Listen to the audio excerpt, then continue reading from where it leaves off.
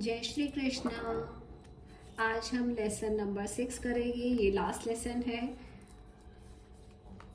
अगर आपने अभी तक मेरे चैनल को लाइक नहीं करा है तो लाइक कीजिए, सब्सक्राइब कीजिए और कमेंट सेक्शन में कमेंट कीजिए आप और क्या क्या टॉपिक ऐसे चाह रहे हैं।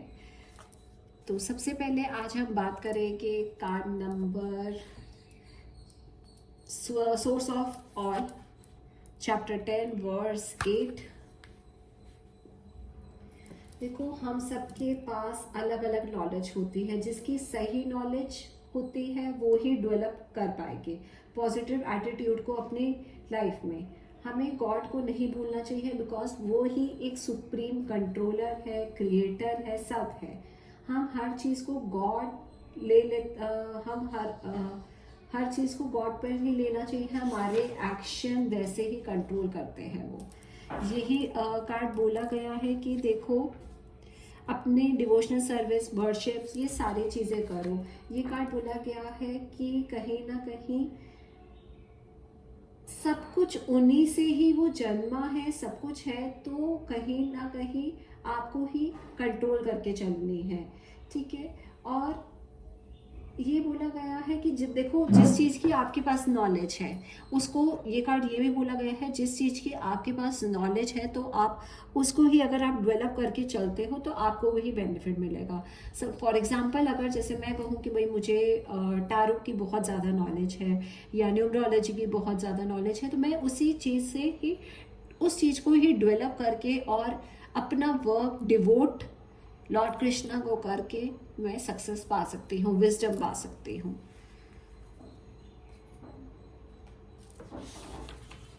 नेक्स्ट आ जाते हैं spark of splendour, chapter 10 words 41।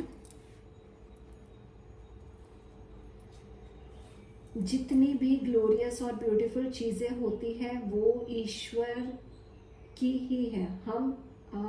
हमें ये सोचना चाहिए कि जो भी कुछ आ रहा है ईश्वर से आ रहा है, ना कि पर्सन और ऑब्जेक्ट से। ऐसे करने से हम एक कांस्टेंट अवेयरनेस को मेंटेन कर पाते हैं। किसके लिए? गॉड के लिए। तो हर चीज़ आपको देखो यहाँ पर आप देखोगे, अब थोड़ा सा इमेज को भी अगर आप देखोगे तो किस तरीके से आप रिलेट कर पाओगे इमेज में भी क्या हो रहा है। एक स्पार्क और स्प्लेंडर है, कृष्ण जी की पूजा कर रहे हैं कालिया नाग के ऊपर जब वो नाच रहे थे, ठीक है। तो कहीं ना कहीं ये क्या है कि हम वो इन सब चीज़ों को कंट्रोल कर लेते हैं जब हमारा एक कनेक्शन बन जाता है, ठीक है। और क्योंकि हमें कांस्टेंट अवेयरनेस में आ जाते हैं कि क्या ये तो सारी चीज़ें जो है गॉड के साथ वो कनेक्टेड है।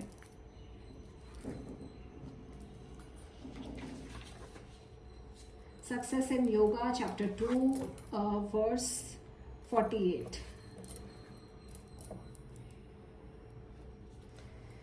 हम एक दिन में अटैचमेंट नहीं रिमूव कर सकते हैं। हमारा एटीट्यूड अटैचमेंट का होना चाहिए। तो कैसे होगा? जब हम कोई एक्सपेक्टेशन और किसी चीज़ के लिए वरी ना हो, फ्यूचर के लिए ना कोई मेमोरीज हो पास्ट की।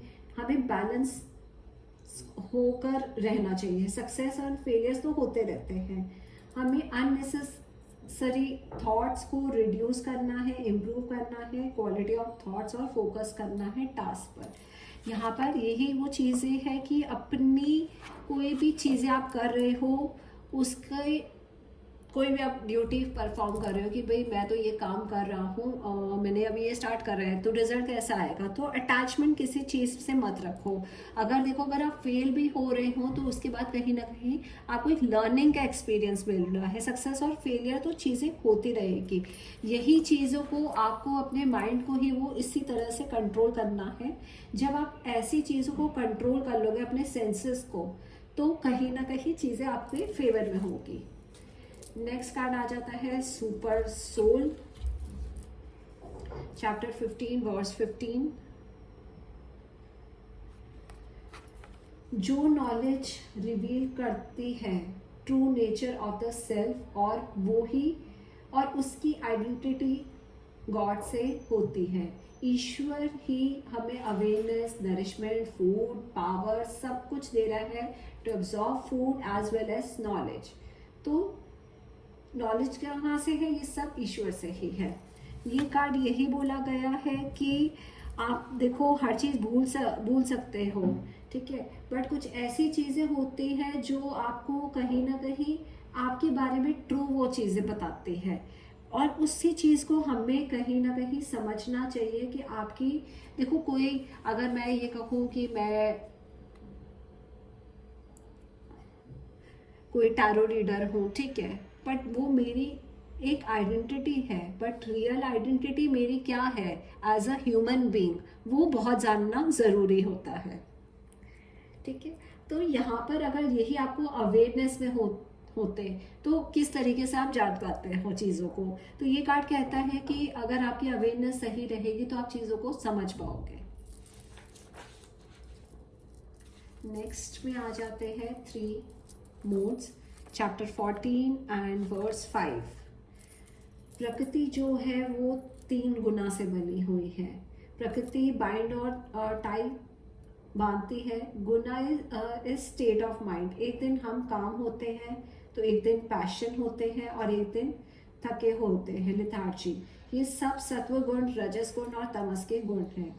Harmony is sattva, action is rajas, inert matter is tamas. गुणा जो होते हैं हमें बाइंड नहीं करते हैं, हमारी इग्नोरेंस ऑफ ट्रू नेचर को है, जो जब हम आइडेंटिफाई नहीं कर पाते हैं तब गुणास कंट्रोल कर लेते हैं हमारी लाइफ को।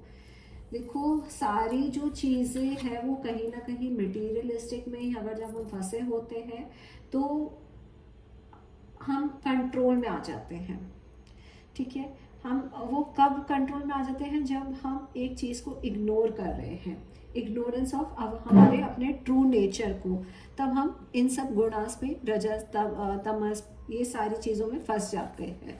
तो हमें अपने किसी भी चीज़ को कहीं ना कहीं बहुत ही कामली, बहुत ही अच्छे से करना है, ठीक है। हमें इग्नोर नहीं करना है, हमने अपनी real identity, real true nature जो हमारा है एक सोसाइटी के प्रति, वो हमें नहीं खोना चाहिए।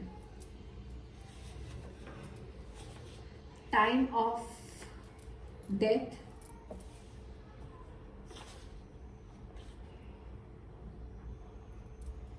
इसमें ये बोला गया है कि हम डिज़ायर रखेंगे वैसे ही हम, जैसे बर्थ मिलेगा। जैसे मैंने अभी आपको एक कुछ कार्ड में बताया था, सिर्फ ये नहीं होता है कि डेथ बेड में ही आपको गॉड का नेम लेना है, ये पूरा आउटकम हमारे पैटर्न ऑफ थिंकिंग का ही होता है पूरी लाइफ का। जैसे मैंने आपको बताया था एक वो डेथ बेड में था, पर डेथ बेड का वो मतलब नहीं होता है अगर वो सारा टाइम अगर आप एक ही चीज़ के बारे में सोचते रहोगे, ठीक है, पूरी लाइफ में, तो वो ही नेक्स्ट बर्थ आपका कहीं ना कहीं वैसे ही मिलेगा। तो अपनी उन सब चीज़ों पर कहीं ना कहीं कंट्रोल करो, ठीक है। और यही बोला गया है कि अगर आप कंट्रोल करते हो अपने विशेस, फुलफिलमेंट करना, ये सारी चीज़ों को, ठीक है, बिल्कुल एक मन एक आपका सच्चा होना चाहिए और एक्सटर्नल एक्सिस्टेंस होना चाहिए, ठीक है, तो आपके लिए अच्छा रहेगा, ठीक है, ये बोला गया है। नेक्स्ट आ जाते हैं टॉलरेंस, चैप्टर 2 वर्स 14। अगर हमें कोई अप्रिशिएट करे, हमारी ईगो सेंटर्ड माइंड होती है, वो बूस्ट कर जाती है, बट अगर हमें कोई क्रिटिसाइज करता है या कोई इंसल्ट करता है तो हमारी ego centred mind pain feel करती है। फॉर एग्जाम्पल, अगर आपको बॉस आपको क्रिटिसाइज करता है, उसके वर्ड्स आपके ईयर्स में जाते हैं, फिर वो धीरे धीरे वर्ड्स आपके माइंड में जाते हैं और वो माइंड ही उस क्रिटिसिज्म को इतना पेनफुल लेता है। ये जो भी चीज़ें होती हैं वो एक टेम्परेरी होती हैं। हमारे अंदर एक टॉलरेंस की पावर होनी चाहिए, डिसिप्लिन होना चाहिए, ताकि हम अपनी टॉलरेंस को भी कहीं ना कहीं कंट्रोल कर सकें। तो यही बोला गया है कि अपने माइंड को बिना डिस्टर्ब करें हमें चीज़ों को टॉलरेट करना आना चाहिए। जैसे मैंने अभी आपको एग्जांपल बॉस का ही दिया है, एक बार उसने क्रिटिसाइज कर दिया, आपने फिर क्या करा, अपने माइंड में ही वो चीज़ें बिठा ली। कोई कहता है कि हम कार नहीं चला सकते हैं, मेरे साथ एक बार एक्सीडेंट हुआ, ऐसा किसी ने बोल दिया, तो क्या है, आपने अपने माइंड में चीज़ें बिठा ली है कि हाँ यार मेरे ऐसे नहीं हो रहा है। आप उस चीज़ को समझ नहीं रहे हो, टॉलरेट नहीं कर रहे हो कि ऐसा क्यों हो रहा है, आप एक नेगेटिव अपने ऊपर बहुत ज़्यादा इम्पैक्ट ले रहे हो।